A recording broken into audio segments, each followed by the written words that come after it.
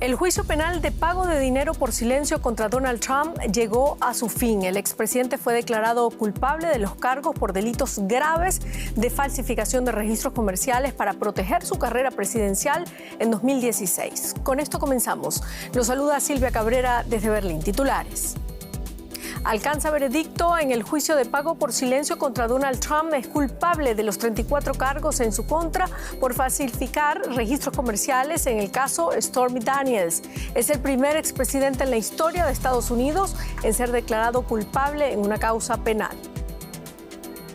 El gobierno de Joe Biden ha dado permiso a Ucrania para atacar dentro de Rusia cerca del área de Kharkiv utilizando armas estadounidenses. Esto luego de que el secretario general de la OTAN, Jens Stoltenberg, instara a dar luz verde a Kiev en una cumbre en Praga. Y en México asesinan a otro candidato a alcalde en el cierre de su campaña, José Alfredo Cabrera, candidato del Partido Revolucionario Institucional, mientras comienza un periodo de reflexión de 3 días antes de los comicios presidenciales del domingo, los más grandes del país.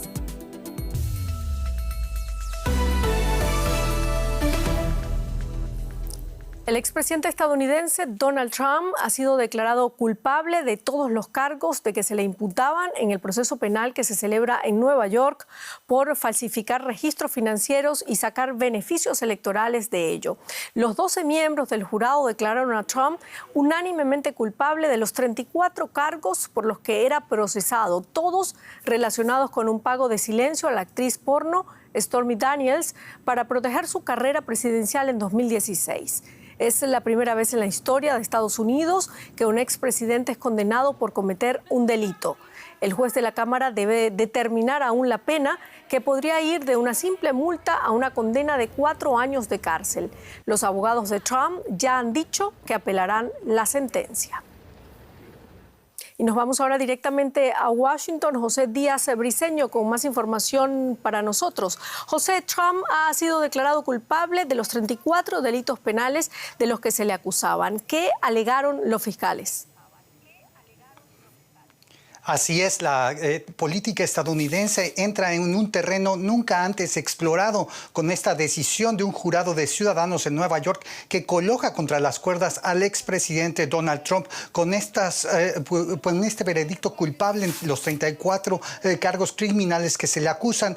La novedad de este juicio que se le siguió a Trump por 7 semanas estaba no solo en la falsificación de registros comerciales para justamente engañar sobre estos pagos hechos a la actriz pornográfica Stormy Daniels, sino también el intento que tenía este ocultamiento que significaba, de acuerdo con los fiscales de Nueva York, el tratar de vulnerar las leyes electorales justamente durante la campaña presidencial que lo llevó a la presidencia en 2016. Solo así los cargos criminales se podían convertir en crímenes graves que ameritaban justamente una condena incluso de cárcel. El expresidente Trump todavía deberá esperar justamente la pena, como bien se decía, pero ya mismo hoy aseguró que todo esto es una farsa y aseguró también que esto implicaba una descalificación de sus aspiraciones por tintes políticos, pues sabemos, competirá por la Casa Blanca en noviembre. Esperar la sentencia que podría salir el 11 de julio. ¿Podría ir a la cárcel Donald Trump? Y si es así, ¿podría seguir en la carrera hacia las presidenciales estadounidenses? Nunca antes un expresidente ha conducido una competencia electoral desde la cárcel, pero la Constitución estadounidense en teoría permite que esto ocurra. Ya antes ha habido un candidato del Partido Socialista a principios del siglo XX que condujo una campaña presidencial, pero nunca de los partidos mayores. El expresidente Trump es el virtual candidato del Partido Republicano y hay que decir que esta sentencia llegaría justamente 4 días antes de la Convención Nacional Republicana, donde Trump en principio aceptaría la nominación. Hay que decir también que hay otros efectos que pudiera tener este veredicto. Si bien la mayor parte de los estadounidenses dicen que un veredicto a favor o en contra de su culpabilidad no afecta un potencial voto en noviembre, si hay un 7% de republicanos que lo apoyan, que dicen que repensarían la decisión que tomarían en noviembre. Es decir, en estados claves, ese pequeño pequeño grupo de personas podría realmente ser afectado, incluso con Trump haciendo campaña desde la cárcel y compitiendo en noviembre. Se abre entonces un nuevo panorama electoral. Gracias, José Díaz Briceño. Quédate con nosotros, que en minutos volvemos contigo. Porque seguimos en Estados Unidos. Medios de este país afirman que el presidente Joe Biden ha dado luz verde a Ucrania para que utilice armas estadounidenses para realizar ataques en territorio ruso, concretamente para la defensa de la ciudad de Kharkiv. La medida supondría un importante cambio en la política de Washington y llega el mismo día en que los aliados de la OTAN inician una reunión de 2 días en Praga. Muchos miembros de la OTAN ya permiten a Ucrania utilizar sus armas para atacar territorio ruso, pero Estados Unidos y Alemania, los principales suministradores de armamento, se oponían a dar este paso. Según un funcionario estadounidense citado por un medio de comunicación, Ucrania podrá utilizar armas estadounidenses para responder a los ataques contra Kharkiv y neutralizar las fuerzas rusas que realizan esos bombardeos también en su propio territorio. Vamos a Washington. José Díaz Briceño, la decisión es un cambio de rumbo por parte de Biden, quien hasta ahora se había negado rotundamente a permitir que Ucrania utilizara armamento estadounidense para atacar dentro de Rusia. ¿Ha sucumbido a las presiones de la OTAN, Biden?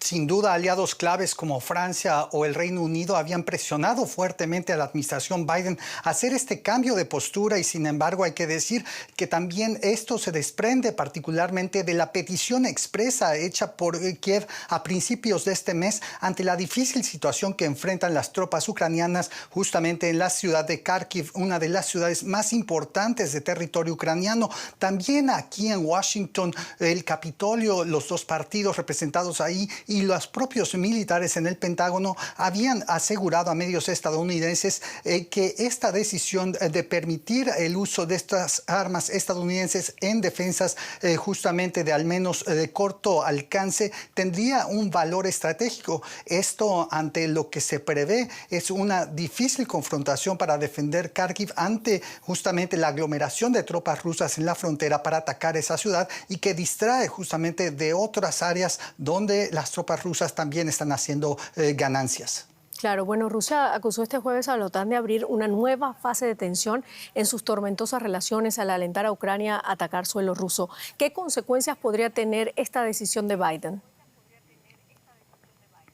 Sí, aquí en Estados Unidos los medios que citan a funcionarios no identificados consideran que esto sí es un escalamiento de la presencia estadounidense en la guerra y si bien Estados Unidos es el principal proveedor de armamento, esto sigue distintas decisiones previas de la Casa Blanca que se había resistido, por ejemplo, al envío de tanques y otros armamentos, pero esto muestra una evolución del pensamiento del presidente Biden justo en momentos en que tácticamente es relevante porque también políticamente para el presidente Biden con las elecciones de noviembre llegando malas noticias en el campo de guerra en Ucrania no serían bienvenidas. Hay que decir que los funcionarios citados en la prensa estadounidense subrayan que solo los armamentos de corto alcance podrían ser usados justamente pensando en el otro lado de la frontera cerca de Kharkiv contra las tropas rusas. Muchísimas gracias, José Díaz Briceño. Bueno, y vamos ahora con la guerra que mantiene Israel contra Hamás. Este jueves, Israel intensificó sus ataques contra la ciudad de Rafah, en el sur de Gaza, un día después de anunciar la toma de un importante corredor en la frontera entre la Franja de Gaza y Egipto. Testigos reportaron intensos bombardeos y combates en Rafah. Un portavoz israelí aseguró que sus fuerzas han matado a unos 300 combatientes palestinos con la ofensiva en Rafah que arrancó a comienzos de mayo. Israel defiende que la operación busca terminar con la milicia radical Hamás. Las rutas clandestinas del llamado Corredor de Filadelfia entre Gaza y Egipto servían para el contrabando de armas y para mantener con vida a Hamás, así lo señaló el portavoz. Y Hamás se declara dispuesto a llegar a un acuerdo completo que incluya el intercambio de rehenes y prisioneros si Israel pone fin a la guerra en Gaza. Pero ayer autoridades israelíes dijeron que el conflicto podría extenderse hasta finales de año. El periodista Miquel Ayestarán nos habla de las reacciones tras la toma del corredor Filadelfia. Israel no conoce líneas rojas en Gaza y lo vuelve a demostrar con la toma del corredor Filadelfia, una zona fronteriza que separa Egipto de la franja. Al comienzo de la guerra, el primer ministro Benjamin Netanyahu declaró claramente que el corredor debe estar en nuestras manos y bajo nuestro control, y cualquier situación diferente no será aceptada por Israel. Y 8 meses después, sus tropas han logrado el objetivo. Este movimiento preocupa y mucho en Egipto, ya que con la presencia militar israelí en el corredor, donde se encuentra el paso de Rafah, queda separado de Gaza, y por eso en Cairo lo califican de seria amenaza a las relaciones entre ambos países, según las declaraciones de Dia Rashwan, el jefe del Servicio de Información del Estado egipcio. Los mandos militares israelíes hablan de control táctico y sin tropas sobre el terreno a lo largo de este corredor, que tiene 14 kilómetros de largo por 100 metros de ancho, y estas declaraciones israelíes tienen la intención de demostrar que no están violando los acuerdos de seguridad. Daniel Hagari, el portavoz militar israelí, ha dicho que la zona era el tubo de oxígeno de Hamás y había sido utilizada por el grupo armado palestino para contrabando de municiones. Los militares aseguran haber encontrado 20 túneles en esta zona, y la tensión es muy grande en la frontera, donde ha habido incluso intercambio de fuego entre las tropas de Israel y las del país vecino, y 2 militares egipcios han muerto. Y el presidente de China, Xi Jinping, pidió este jueves, durante un encuentro con dirigentes árabes en Pekín, la celebración de una conferencia de paz para resolver el conflicto en la Franja de Gaza entre Israel y el movimiento islamista palestino Hamás. Xi dijo que la guerra no puede continuar indefinidamente. En el encuentro con líderes de países árabes, el mandatario chino señaló que su país apoya la creación de un Estado palestino.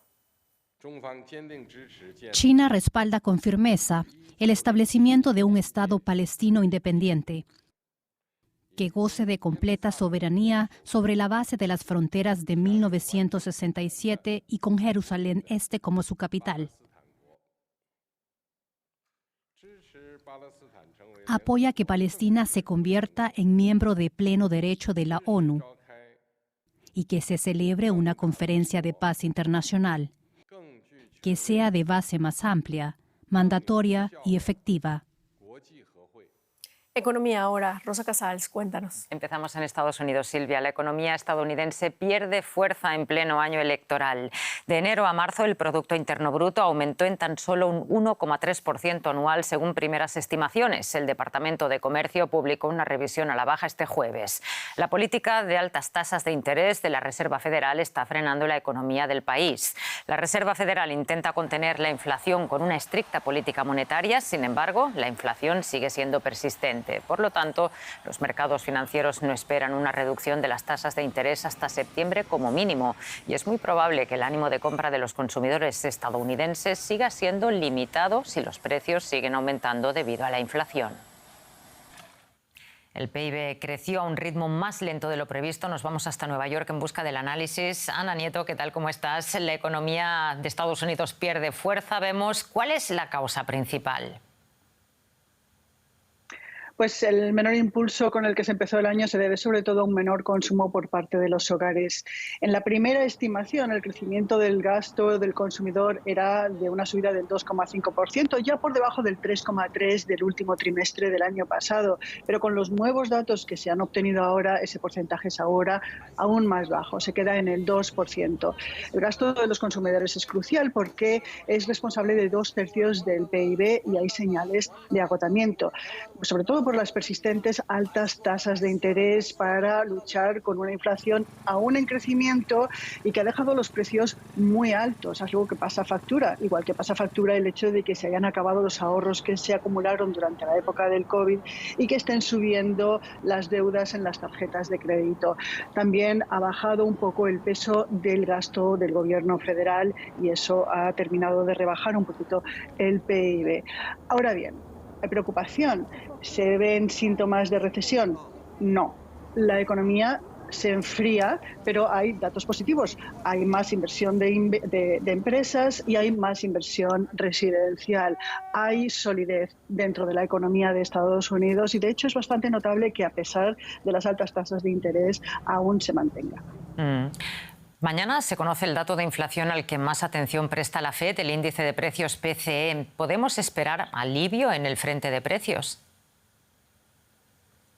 Se espera que haya algo de alivio, pero que venga en pequeñas dosis, que sea muy moderado. Los analistas esperan que haya una subida del 0,3% del PCE de abril, cifras que, como dices, conoceremos mañana, y que se queden en el 0,2% en la lectura subyacente, la menos volátil, la que elimina los precios de los alimentos y de la energía. Eso dejaría la lectura interanual en el 2,7%, muy cerca del objetivo de la Reserva Federal, que es del 2%, pero de momento no hay nadie que vea con mucho optimismo que vaya a haber una rebaja de tasas de interés antes de septiembre. No se cuenta con una ni en junio ni en julio, que es cuando va a haber reunión de la Reserva Federal.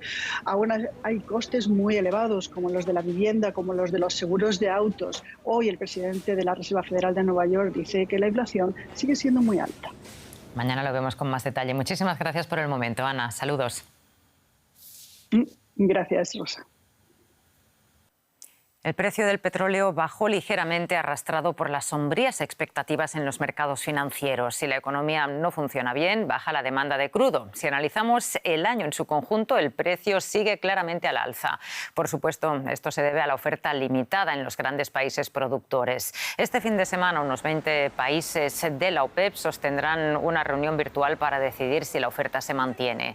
No se esperan cambios significativos. La mayoría de los observadores dan por sentado que los países productores de petróleo mantendrán sus restricciones de producción en el segundo semestre de este año. Desde inicios de 2024 se han producido 2,2 millones de barriles de petróleo menos al día, bajo el supuesto de que eso hará subir el precio. En Argentina, el gremio que agrupa a los maquinistas de los ferrocarriles realiza una inusual protesta este jueves que ha generado retrasos y cancelaciones en el servicio. Los trenes circulan a solo 30 kilómetros por hora. Los maquinistas exigen que sus salarios se ajusten a la inflación para no perder poder adquisitivo y han advertido de que, de no llegar a un acuerdo, realizarán un paro de 24 horas el próximo 4 de junio. Desde el sindicato denuncian además que se ha aplicado un recorte de casi un 60% al presupuesto asignado a ferrocarriles y que faltan repuestos e insumos básicos para el servicio. Y nos fijamos ahora en las cosas, tal como están las cosas en México, ¿no, Silvia? Que va a elecciones. El domingo se van a realizar esas elecciones y este jueves comenzó un periodo ya de reflexión de 3 días antes de los comicios presidenciales, los más grandes de la historia de ese país. Al cierre de la campaña, México ha registrado una cantidad de ataques contra candidatos y personas de sus entornos cercanos, caso de asesores, suplentes e integrantes de sus equipos de campaña. Justo este miércoles asesinaron a José Alfredo Cabrera de la coalición Fuerza y Corazón por México en el estado de Guerrero, en el suroeste del país. Estas imágenes muestran los segundos previos al ataque contra Alfredo Cabrera. Su agresor fue abatido poco después. Con Cabrera son ya al menos 23 los candidatos asesinados desde que arrancó el proceso electoral en septiembre de 2023, según datos oficiales. Otras organizaciones hablan de hasta 30 y 40 asesinatos. Las cifras suben por encima de 200 si se incluyen homicidios de funcionarios o exfuncionarios, políticos o expolíticos, familiares y las llamadas víctimas colaterales. Y se sigue multiplicando si se incluyen otras agresiones y amenazas a la integridad. La violencia, no solo la que se ejerce contra los políticos, ha sido uno de los temas centrales de la campaña. Xóchitl Gálvez, candidata presidencial de la alianza que reúne a los partidos tradicionales PRI, PAN y PRD, prometió en su acto de cierre en Monterrey que la situación cambiará si llega a la presidencia. 186,000 personas asesinadas, 50,000 personas desaparecidas. Ustedes lo están viviendo aquí en Nuevo León. 12,000 niños asesinados, 40,000 jóvenes asesinados. Ese es el resultado de una estrategia de seguridad donde los abrazos han sido para los delincuentes y los balazos para los ciudadanos. Se acabó. Abrazos y no balazos, es lo que había pedido el aún presidente Andrés Manuel López Obrador. La candidata de su partido Morena y favorita en las encuestas, Claudia Sheinbaum, prometió ante la multitud que llenó el Zócalo en el centro de la Ciudad de México para su acto de cierre que llevará más lejos la estrategia de seguridad de su gobierno y avanzará hacia el fin de la impunidad.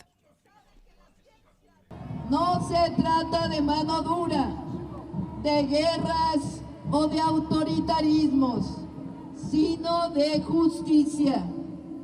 Atención a las causas, fortalecimiento de la Guardia Nacional, inteligencia, investigación y coordinación serán los ejes de la estrategia de seguridad. Los críticos del presidente le recuerdan a menudo que su sexenio se cierra con un récord de asesinatos acumulados. AMLO defiende que ha frenado la tendencia ascendente de los mismos y reducido otros delitos violentos con una estrategia de seguridad centrada en combatir la pobreza y la marginación como raíces del narco. De ahí nacen muchos de los programas sociales a los que algunos analistas atribuyen la popularidad de más del 60% con la que deja el cargo. Unos programas sociales que Sheinbaum ha prometido continuar y que podrían ser decisivos para los resultados del 2 de junio. La Fiscalía General del Estado de Guerrero informó que inició ya una investigación por homicidio calificado de Alfredo Cabrera. Ampliamos con la periodista Andrea Sosa Cabrios en México. Andrea, ¿qué más se sabe sobre el asesinato del candidato a alcalde por la coalición Fuerza y Corazón por México, Alfredo Cabrera? Las investigaciones están en marcha, todavía no se sabe quién fue el que lo mató, si hubo algún grupo del crimen organizado detrás, como generalmente se supone en estos casos. Cabrera era un empresario de la construcción, una persona que se estaba postulando por la coalición opositora Fuerza y Corazón por México, que es la que apoya también a nivel presidencial a Xóchitl Gálvez. Y según algunos medios era probablemente el favorito, el que iba a ganar estas elecciones en Coyuca de Benítez, que es una comunidad, una ciudad, un municipio de unos 15,000 habitantes que está ubicado más o menos a unos 35 kilómetros de Acapulco. Ahí en Coyuca de Benítez hubo varios actos de violencia últimamente. Uno muy llamativo fue en octubre del año pasado el asesinato de 13 policías, incluido el jefe de policía de la ciudad. Bueno, el asesinato de Cabrera ocurre en el último día de campaña electoral, que ha sido considerada además como una de las más violentas en la historia del país. ¿Qué hay detrás de estos asesinatos? ¿Puede, por ejemplo, el crimen organizado influir en quién va a estar en el poder? Definitivamente puede hacerlo, sobre todo a nivel municipal. En estas elecciones que son tan grandes, con 20,000 cargos, hay 1.800 alcaldes que van a ser elegidos. Y para el crimen organizado, el control de los municipios es muy importante. Estamos hablando no únicamente de tráfico de drogas, aunque también es un tema central, sino también el control de negocios que en sí son lícitos, pero en los que el crimen organizado quiere participar. Entonces, si ellos logran poner un alcalde que les es favorable, pueden controlar, por ejemplo, la obra pública y quedarse con parte del dinero de la obra pública. O pueden imponer al jefe de la policía, que es algo que ocurre mucho en algunas comunidades. Entonces, para el crimen organizado, influir sobre quién gobierna un municipio es muy importante, e incluso a veces más importante que quién gobierna a nivel gobernador o presidente. Estas elecciones tan grandes han llevado al asesinato de varias decenas de candidatos, como ha ocurrido anteriormente también en elecciones donde cargos municipales principalmente están en juego. Muchísimas gracias, Andrea Sosa Cabrios, desde México. Y este jueves, un tribunal de Hong Kong declaró culpable de subversión a 14 personas en el mayor proceso contra activistas pro democracia desde que en 2020 China impusiera en esa ciudad semiautónoma una ley de seguridad nacional para reprimir la disidencia. Estados Unidos es uno de los países que ha criticado la sentencia, considerando que está motivada únicamente por motivos políticos y ha reclamado que se libere a los acusados. Un ómnibus penitenciario ingresaba a los tribunales de West Kowloon. Afuera la gente hacía fila para entrar. El destino de 16 activistas pro democracia estaba en manos de la justicia hongkonesa. Esperamos este día durante más de 3 años. Es triste que tantas personas hayan estado encerradas tanto tiempo. El delito del que se les acusaba es celebrar unas elecciones primarias no oficiales en 2020, algo que las autoridades consideran una amenaza para el gobierno. Joshua Wong es uno de los 47 activistas pro democracia acusados. Como el resto, se enfrentaba a cargos por conspiración para la subversión, un delito tipificado en la Ley de Seguridad Nacional impuesta por China.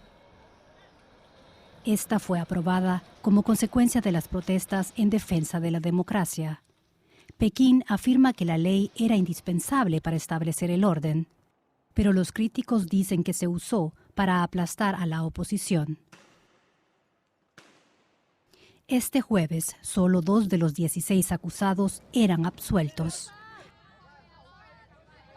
Los otros 14 fueron hallados culpables de subversión. Yo no debería ser el centro de atención hoy. Espero que todos sigan preocupándose por el destino de los condenados. Estos hombres por ahora están libres, pero la Fiscalía ya apeló contra su absolución. Que la Corte haya condenado a 14 personas ha causado indignación dentro y fuera de Hong Kong. Pero el Ministerio de Exteriores chino respondió así a las críticas. No aceptamos ninguna interferencia de otros países en los asuntos internos de China, en lo que se refiere a los procesos penales actuales, ni los intentos de desacreditar o socavar el imperio de la ley en Hong Kong. Los otros 31 acusados ya se declararon culpables, por lo que 45 activistas se exponen ahora a penas de cadena perpetua. Las autoridades de Islandia informaron de una nueva erupción volcánica en el país. Una fisura geológica de cerca de 1 kilómetro de largo en el suroeste de la isla empezó a vomitar lava este miércoles. Se trata de la 8ª erupción en la región en los últimos 3 años. La zona está básicamente deshabitada, pero la lava forzó la evacuación del famoso balneario geotermal de Laguna Azul, así como de un pueblo pesquero aledaño. Y con esto terminamos nuestro informativo. Muchísimas gracias por habernos acompañado. Hasta luego.